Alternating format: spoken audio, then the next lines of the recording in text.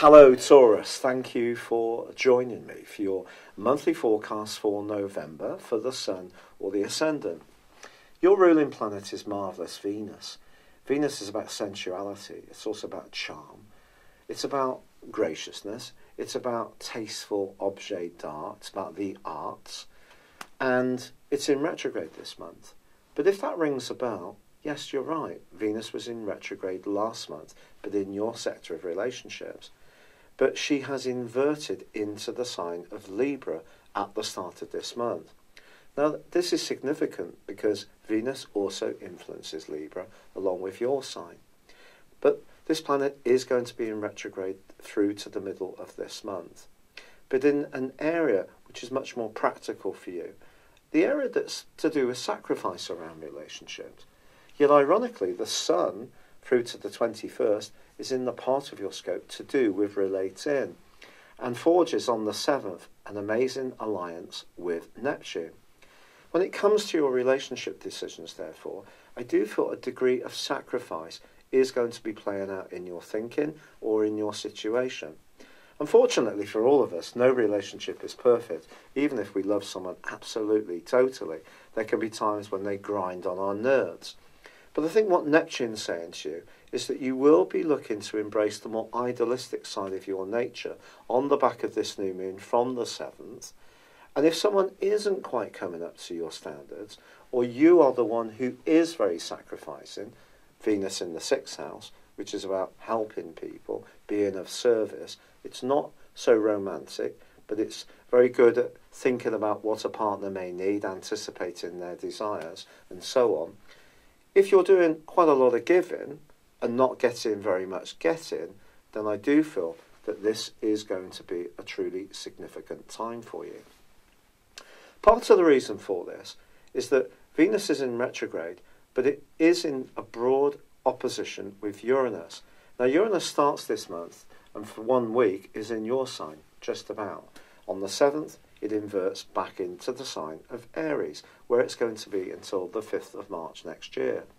If this rings a bell, it's because Uranus has been in Aries until mid-May, since 2011 full-time, and for 5 months of 2010. And it may have led to you feeling rather vaguely restless at times, but finding it quite hard to pinpoint exactly why. And of course, more recently, you've had a clustering of energy and current energy still with Saturn and Pluto in your sector of change and adventurism. At the start of the year, that was a massive influence. And 2018 may have been a time when you have wanted to break out in some ways and be more experimental, even though you're known as the sign of commitment and stability. But I think there's only so far and so much we can give in any relationship. So if you're feeling gratified and your sensitivity and kindness and giving to a tie is being reciprocated, this can be a time of great growth. If it's not, the stormy influence of Uranus can start to shake up things. And you may find yourself being just a little surprisingly outspoken here and there. And maybe things that you've kept quiet will come bubbling to the surface. Of course, Uranus has been clashing with Mars ever since the middle of May, all but 1 month when Mars inverted back into Capricorn.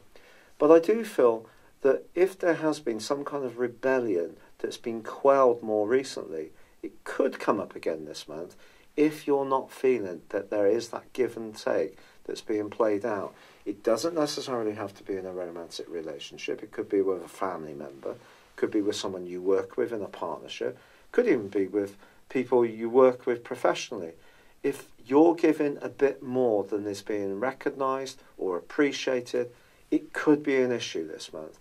Then again, maybe you're about to be saluted and celebrated for what you do. I sincerely hope so.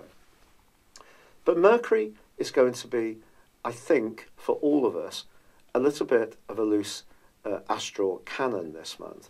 Mercury starts this month in an area which helps you to understand what people really mean rather than what they're saying. This is the planet of talk and thought. But Mercury itself is going to go into a retrograde from the 17th. Mercury retrograde is always a bit awkward, isn't it? And in this case, it may be about shared finances. It may be about a financial issue which goes frustratingly slow. If you're going through a house purchase, for example, the conveyancing may go at the rate of nothing, which could really, really be exasperating. But also Mercury retrograde can help us think about things a bit more deeply. So if you'd like to use your intellect to improve your financial lot, Mercury's retrograde can help you to think more imaginatively about how you can do this. But before he goes into his retrograde, he is clashing for about 10 days with Neptune. Now, Neptune for you is a very idealistic influence. So I would say, if you're looking to do business with a friend, be very, very cautious. Be very, very wary. And because of Mercury's retrograde, that right angle with Neptune is repeated in the last week of this month. When Mercury and Neptune are right angles, it really can create a lot of confusion. Facts and figures are at a premium. People are not necessarily truthful. You may encounter someone who's actually downright dishonest, even if they don't present that to you on an obvious level. So if you are thinking about business and finance, proceed with a great deal of caution. However, on the 17th, Mars moves out of Aquarius and into the sign of Pisces, which is broadly good for you, because this is your 11th house. Mars is about us as individuals. The 11th house is more about humanity. It's about cooperation.